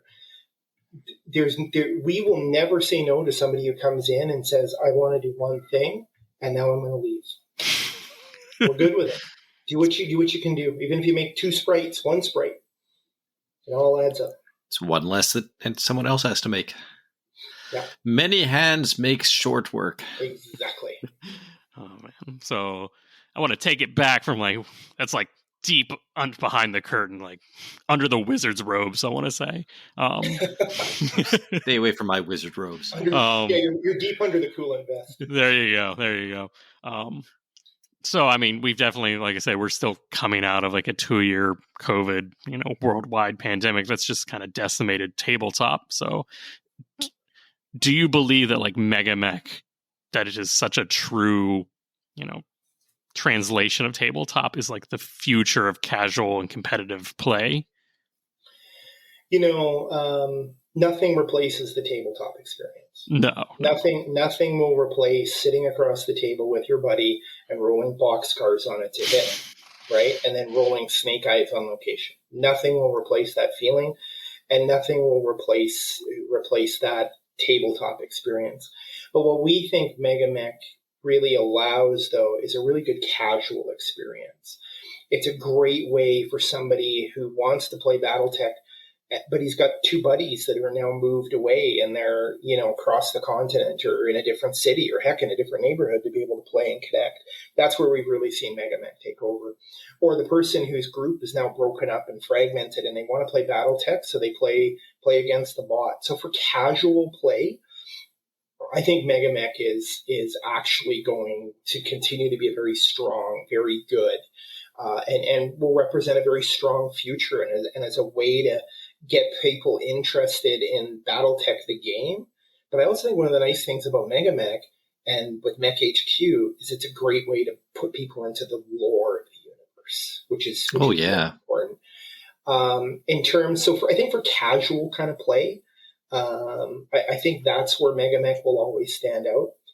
Competitive play, I'm going to be completely honest with you, we're not really the tool for competitive play. As much as the rules are all guided and stuff, there's one major barrier for competitive play, and that is you've got a computer rolling those 2d6 or 3d6 if you have an actual aptitude. And as much as our Java random routines are as random as we can get them, they will never replace the feeling of having the dice in your hand and rolling them and feeling like you're controlling your destiny with a competitive play. So I don't think we'll ever could we be used for competitive play? Has MegaMek been used for competitive play? Yeah, but I don't think it'll ever be truly a competitive tool. But for casual play, yeah. Really, since the pandemic, we've seen unbelievable growth in all the programs. But there's really two player groups, like I said, we're seeing. We're seeing the people that just want to play BattleTech, and MegaMek's the way to play that on a Friday night when they can't get together because of restrictions or whatever the world is doing with the pandemic. And then there's the players that genuinely want to play BattleTech, don't have anybody around, and they just want, and that's where Against the Bot comes in. They want a faithful BattleTech tabletop experience, and that's the way they want to do it. And the big change, honestly, the biggest change that we have really seen in the last 2 years since the pandemic, was the rise of people coming up with ways to play against the bot in ATB. It has really blown us away about how many people are now doing entire campaigns with their buddies against the bot. So MekHQ is running these contracts and doing all of this stuff, and then they log in to play the battle, and then they immediately jump off to Zoom or Teams or Messenger to have a video conference about how they manage the repairs, and this tech needs to fix this unit, or how do we need to do this, or this mech's destroyed, do we have the money to buy this unit? And it suddenly feels like you've got this collaborative merc company being run. And that's where we're seeing a real rise. And I think that's where we're going to continue. That casual component, that casual part of MegaMek is where I really see us going. Yeah, I in my personal experience, I've seen two parallels of what you're saying. One of them was, with COVID, I have played MegaMek with some people who kind of forgot what it's like to play BattleTech. But this was easy. We didn't have to leave the house. We played. And then they remembered, oh yeah, BattleTech is awesome. And so we made plans to go meet and actually play in person. So, MegaMek kind of sparked that, hey, let's get to a table and roll some actual dice type of thing, which was great. But the other one was the MekHQ. I do like that MekHQ is integrated into MegaMek, where if you're doing a mission, you can either play it in MegaMek and it will transmit all that data back to MekHQ, or you can just take the contract, play it on the table, and manually enter all the data from it, so you don't have to do it one way or the other, which is great. Like, I've used MekHQ as just my, it's just my organizational tool, but I play all the games at the tabletop. And we've seen that too, and there's so many different uses. We currently have one of our players on Discord has found a way to make War Chest work and adapted, kind of created a system to play War Chest in MekHQ, and he's regularly posting updates as he plays through the whole clan invasion and aspects of that. And I think, what was he doing? What was it the other day? He was posting up various things of, Tukayad, depending on, which pronunciation I'm going to. I'm a Tukayad guy. So, but, again, that's the other power. And that actually, another teaser here for what's coming down the pipe in MekHQ. Please. And this is a big one. For those of you that want to play an arc, we have a feature in development called Story Arcs. We've talked about this for years. But when this feature is done, and we'll probably have some early versions and alpha of it out probably by late spring, with an included campaign, it will allow you to play an RPG style story. So that's right fantastic. Now it's in development with a story arc that's we're calling Young Wolves, and it's a story arc that deals with the whole Warden Wolves going one direction, Crusader Wolves going the other direction, and you're a young commander leading a very young group of hard-charging wolves against the Falcons. And it's the whole arc through that range. And how this works is it's a mission, and then, you have a dialogues, and the dialogues can help direct other missions. Choices, we intend to have things in story arcs. Like, this is very clan-focused, but you could imagine how this could spin out elsewhere, where your choices of conversation could eventually lead you to a circle of equals, where it'll be you versus Princess playing the other thing in a circle of equals. And story arcs is coming. This is something we've talked about for years. We've wanted it for years. When it initially comes out, it'll be a feature that people will have to handwrite. You'll need to be able to edit XML and do XML type code to make it work.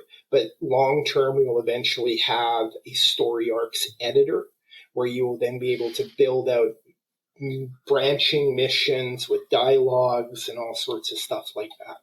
That is amazing, and I'm looking forward to that big time. Yeah, no, that'll. No reason for me to leave the house anymore. So real fast, like you mentioned that one of the people on the Discord was implementing war chest points. Is that something MegaMek was working on, or is that like a way far down the road type thing? The simple answer, it's something we want to do for MekHQ, but there is some complexities behind the scenes that we would have to come up to implement that.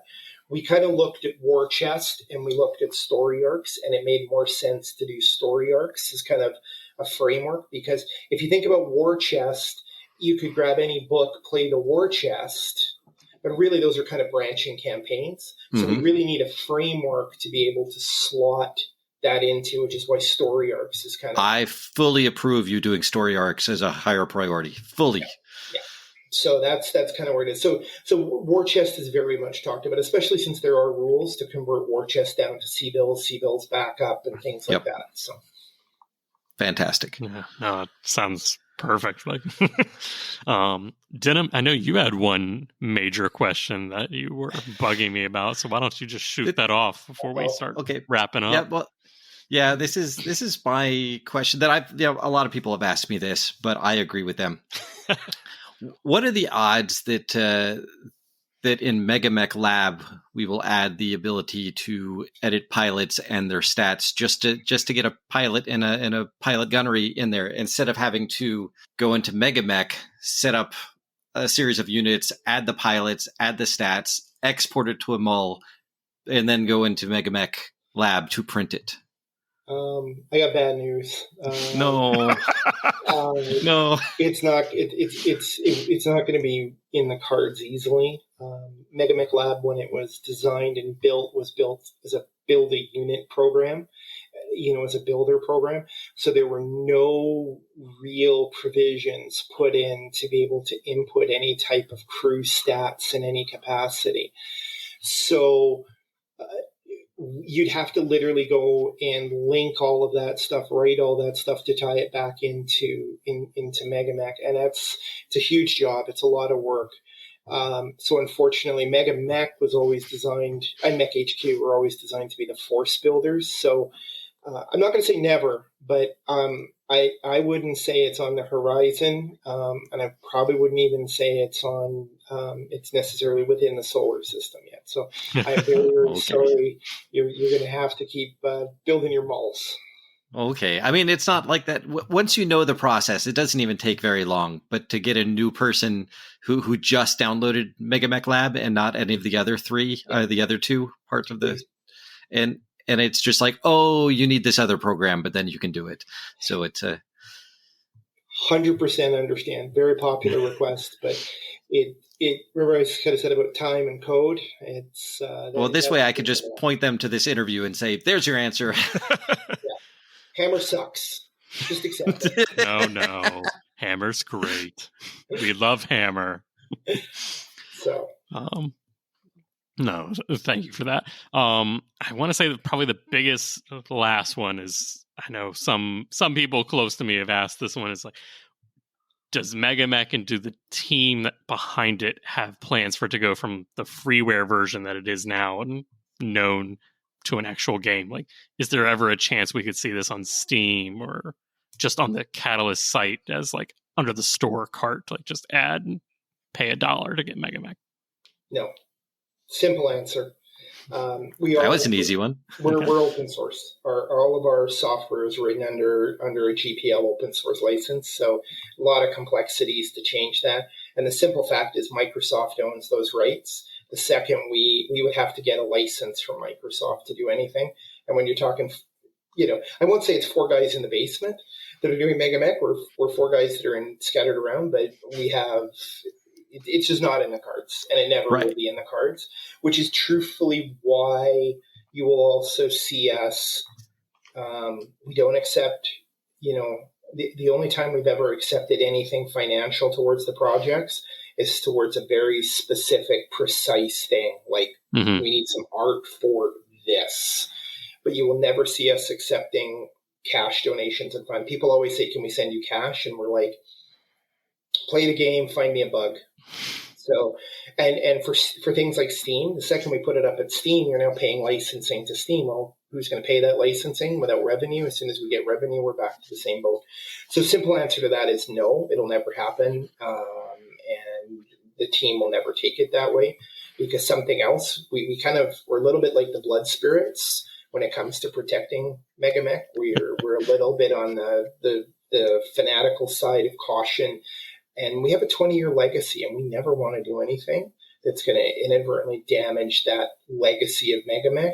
And as an extension of that, we would never want to do anything that could potentially create problems for Catalyst and the tabletop game. We will never do that. So apologies to everybody, but that's just the way it is. No. So please donate time, not money. Exactly. Or art, aerospace art, please. Warship sprites, dropship sprites. Nice. No. I mean, I think that ties in really well, like to our earlier talk, where it's like you and Catalyst have a symbiotic relationship, and once you start kind of pursuing your own thing, then that relationship gets strained. And as we all know, BattleTech is rife with legal issues. Yeah. I don't want to give anybody at Catalyst more headaches or legal issues. We just want to have some fun, play the game and support a community and support an awesome universe. Yeah, fantastic. That's what we're all here to do. And I have one more thing to tease. Ooh. It's coming, and this is coming soon. It might make the next release or shortly after. One of the biggest requests that we have always had about playing against the bot is, I don't know how to start a unit. So Windchild has put a lot of work to create a ATB company generator. And this is one of the coolest, funnest things you can do. It's a game unto itself. You can go in, set some parameters, set a year, set a planet, set some stuff, set some sizes, hit a button, and it completely generates an entire mercenary unit for you. So this is awesome. You want to click a button, and it generates the pilots, it assigns the portraits, it assigns the mechs, builds the TOE, it does everything. It is so cool. It is just so much fun to just go in, turn this thing on, hit generate, go play through the unit, delete it, go back into the generator, hit generate a whole new unit all over again, and be like, okay, I want to generate a Kurita inspired mercenary company from 3000. Done. And nice. So going forward with ATB, and this would, of course, feed StratCom, you'll be in a position where you can start the program, click a button, generate out a Merc unit, and then that unit will be done, as opposed to having to do everything manually now, which is have the spreadsheet open and then randomly roll this and add this manually and hook this up and link this up. It is a very cool feature, and it's very fun to play with.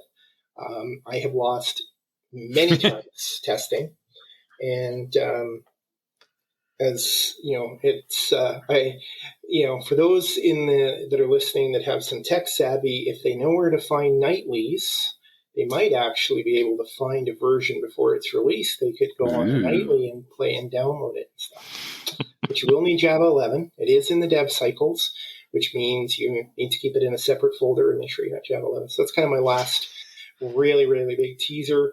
And I guess a little teaser is we were continuing to do some really big improvements to MekLab's UI, including adding a whole new bunch of sorting and filtering features. So good. I was going to ask about filters. I figured maybe we didn't have time, but yes, yay for filtering. 2 thumbs up. One of the nice things too is everybody loves dragging and dropping crits in MegaMek because it sucks. That's being partially rewritten, and there's now going to be a button in place where if you hit a button, it'll actually generate and put all the criticals in place. This is a couple of weeks away, but when it's done, it'll generate and put all the criticals in place, kind of the same way they're done on record sheets. Nice. Nice. The other one, too, that's coming is you'll have the ability to pop the equipment window out, like where you pick the equipment in MegaMek if you've ever used that, and have that hover in the assign critical tab. So you'd be able to have your equipment list next to where you're assigning critical, so you can pick equipment off the assign area, put that in, and be able to drop those into the critical slots too. So we're working on modernizing MegaMek because we know compared to the other builder that's out there. A lot of people say that we have the ugliest, most painful UI to deal with. So we're trying to improve and fix that a bit. Well, fantastic. That sounds great. It's not the coat of paint. It's what's under the hood. Yeah, but we want to have a bit of coat of paint too. Yeah. Paint is also nice. Last thing we need to do is, I'm not going to lie, there's been times the MegaMek looks and feels like a 67 AMC Pacer, right? So we need to kind of at least get us up to something like a 1980 Impala is what I'm kind of going. See, that's when you just kind of market yourself as like, we're the program you would use in universe. So we look in universe. Yeah, that's exactly it. But no, I think that's pretty much for me. Denham, did you have anything else? Or no, you covered everything that I had questions about. Dave, anything else you want to touch on before? Final comments. I just want to thank you guys for inviting me. This is the first podcast I've done, and I appreciate being invited. And you guys have been super welcoming and have made this a really fun time. I appreciate that. Thank you to everybody in the community that plays MegaMek. Thank you to the other members of the dev team. We don't often talk voice, but I really appreciate everybody on the dev team, past, present, and even future devs for everything you do to keep these programs alive. And big thanks to Catalyst for keeping this game alive and the universe alive. And we're really looking forward to seeing what's going to happen next as we move out of Dark Ages and move into Ilklan. I think this is going to be so exciting to see, and we look forward to supporting as MegaMek can, the ability to play in that era as we clear moratoriums and get data in that's in the programs. So thank you. No, I'm bravo. I'm definitely excited for what's coming up. So thank you for doing all you do to keep my at-home BattleTech computer needs satisfied. You and your team are heroes. Yeah. Thank you. We just do our best. Oh. But no, that is Dave, also known as Hammer of the MegaMek development team, I'd like to say. And Dave, where can everyone find you guys if they want to get in touch with you or get in contact? Probably the best starting point would be our website, which is, of course, the classic www.megamek.org. That has full overview of the programs where you can download the programs. There's a community tab there that has links into the Discord, Facebook pages, all of that stuff. And lastly, on the official Catalyst forums, we have a MegaMek sub forum where you can hunt us down there. That's kind of all the major places. No, it's perfect. And like I said, I'd like to. No, you go, Denham. Oh, I was just going to say if some of our listeners don't know, if they haven't been on the Discord for a while, we do have dedicated MegaMek servers for the Mechbay podcast. So if you go to which channel was it, Josh? I want to say event announcements, probably. Yeah, event announcements. I believe that's true. If you go there, you can get the information for the MegaMek server. If it's ever full, I can host another one. So just let me know and play around with it, guys. Have fun. I should add, we also have official servers available too. Oh man. Maybe I'll see you in one of those one day, and I can challenge you to a tabletop-esque fight. You see me go down in flames. Better that than the server, I should say. Yeah. MegaMek has made it that I can't play tabletop anymore. Oh no! I don't know all the dice rules. You heard it here first, folks. Yeah, a little secret: all of us devs, we don't play a lot of BattleTech anymore because we're all working on MegaMek. Well, people ask me the same thing. It's like, Josh, you seem like you don't really know how to play BattleTech anymore. It's like, well, I'm working on a podcast most of the week, so.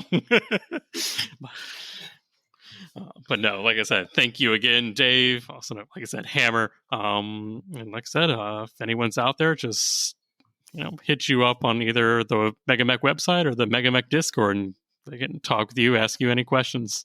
Perfect. I look forward to connecting with the community. Well, thank you very much. Well, thank you. All right. And I'd like to thank Fortress Miniatures and Games, Aries Games and Miniatures, all our patron Mechwarriors, and the rest of our listeners. We will catch you next time on the Mechbay podcast. Check us out on Facebook, Discord, or any other Hyperpulse broadcasting network. Until then, keep that cool and hot and those sea bills flowing.